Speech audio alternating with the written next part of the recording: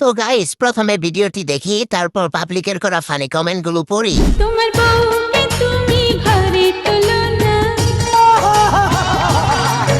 এমন মিষ্টি বউ আর খুঁজে পাবে না। তোর আর আমার কোলাকুলি হইব পাট খেতে। तो चलिए शुरू करते हैं। বেশি মিষ্টি হয়ে গেছে, ঘরে তো নয় বারান্দায় তোলা যাবে না।